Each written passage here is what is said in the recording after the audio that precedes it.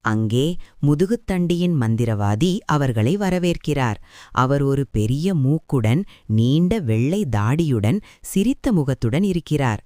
முதுகுத்தண்டியின் மந்திரவாதி ராகுலையும் பட்டுவையும் குகைக்குள் அழைத்து செல்கிறார். குகையின் உள்ளே பல வண்ணமயமான கற்கள் மற்றும் ஒளிவிடும் படிகங்கள் நிரம்பிய ஒரு ரகசிய அறை இருக்கிறது. மந்திரவாதி ஒரு மேஜையின் மீது வைக்கப்பட்டுள்ள ஒரு பெரிய ஒளிவீசும் கோலத்தை காட்டுகிறார். இதுதான் மாயாஜால பொக்கிஷம்.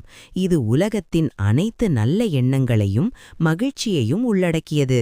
இந்த கோலத்தின் ஒளி மங்கினால் உலகம் சோகமாகிவிடும் என்கிறார் மந்திரவாதி. திடீரென குகையின் வெளியே ஒரு பெரிய சத்தம் கேட்கிறது. ஒரு நிழல் உருவம் உள்ளே வர முயற்சிக்கிறது.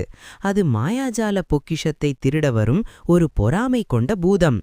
மந்திரவாதி, ராகுல், பட்டு மூவரும் பயப்படுகிறார்கள்.